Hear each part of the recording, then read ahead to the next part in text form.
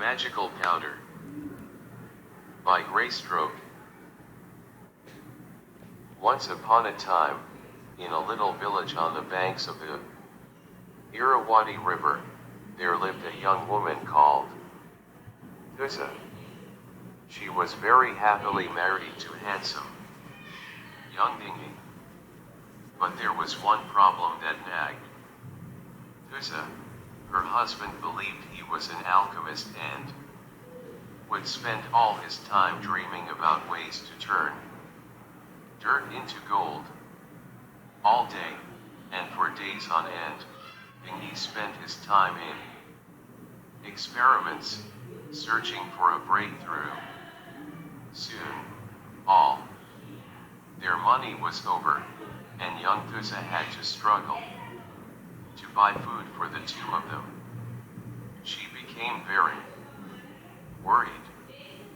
You should find a job soon, she pleaded with her husband. We cannot continue like this. But Dingy wouldn't listen. I'm on the verge of a breakthrough. Why do I have to work when we will be rich beyond our wildest dreams? We will soon be able to turn all the dirt we find into gold.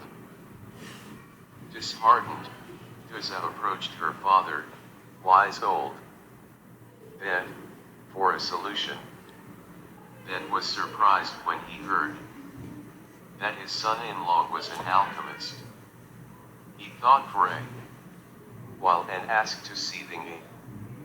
Tusa returned home happily that day, for she knew her wise father would have a solution.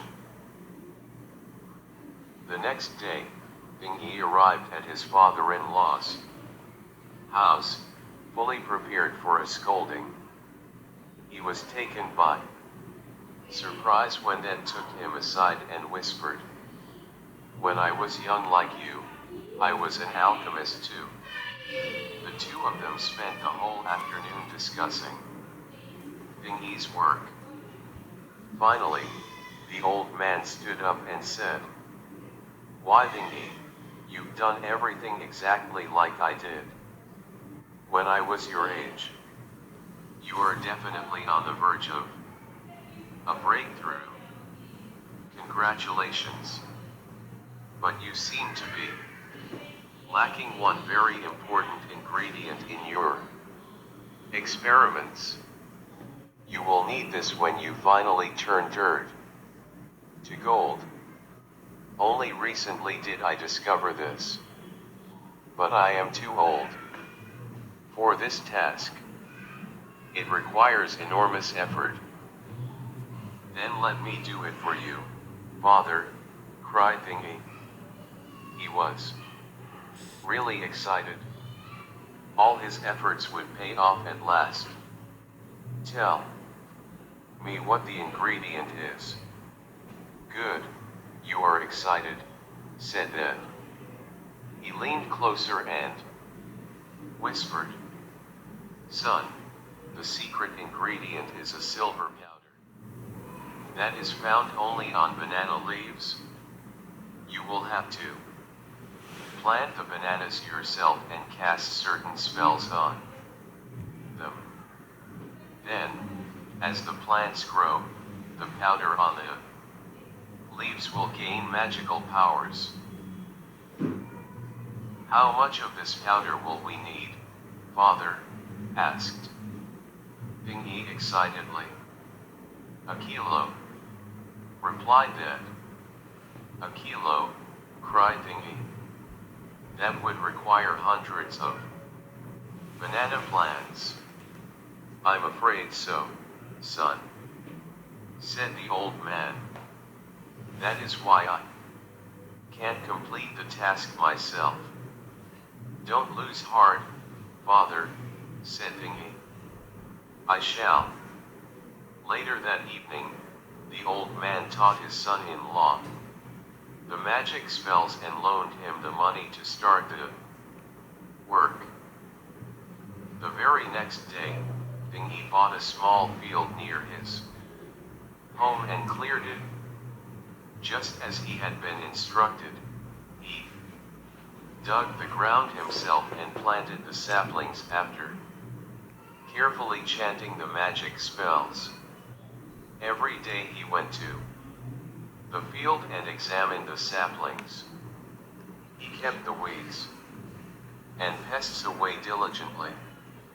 When the plants grew and bore fruit, he carefully collected the silver powder from the leaves and kept it safely in a box.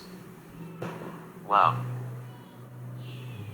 There was hardly any powder on each leaf, so Dingy had to buy more land and grow more bananas. But he was determined to do what was needed. It took him several years, but at the end of it all, he had managed to collect enough of the magic powder. He rushed to his father-in-law, excited as never before. He would soon be able to make gold from mere dirt. "Father, finally, here is the kilo of magic powder," he cried. The old man was filled with joy. "Wonderful," he said. "Wonderful. You've done well, Dingy. I'm proud of you. Now I will show you how to turn dirt into gold. But first, let's get Thusa. We need her help." Dingy was a little puzzled, but without losing any time, he ran to his wife and was soon back with her. "Thusa," asked the old man, "what did you do with the bananas when your husband was collecting the powder?" "Why, I sold them, father," replied Thusa. "That's how we earned a living." "Then you must have been able to save some money, too." Dingy grew more than enough bananas, the old man continued. "Yes, I did," replied Thusa. "Can we see it?" asked Ed. "Of course, I have kept it safely at home," beamed Thusa. The three of them went to Dingy's house where Thusa produced several bags from the loft where she had kept them safely. Then opened one of the bags, peered inside, and smiled. He then emptied one of the bags on the table. Gold coins tinkled as they fell in a huge, shiny heap. Then he went to the field and came back with a handful of dirt, which he placed next to the heap of gold. "You see, Dingy," he said, turning to his son-in-law, "you have changed dirt into gold."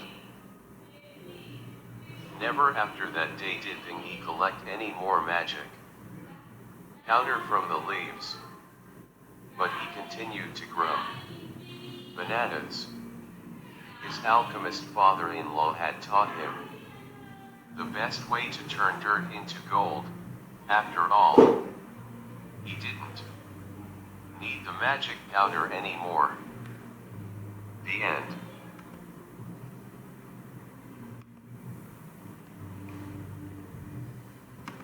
Bananagic. After Dingy's magic powder from bananas, how about surprising your friends with some magical bananas? Tell them about a new variety that you have just discovered, one that grows in slices. Make your own magical bananas. You'll need a few ripe bananas, a toothpick or sewing needle. How to make it? 1. Push the toothpick into the banana somewhere along the seam. 2. Without taking it out, carefully rotate the toothpick left and right inside the banana. You should cut all the way through the fruit, but not through the peel, mind you. Also, try and keep the toothpick hole as small as possible. The smaller, the lesser it will be visible. 3. Remove the toothpick and repeat the above step at another spot on the banana, say after an inch. Keep making internal 1-inch slices until you have at least 5 or 6.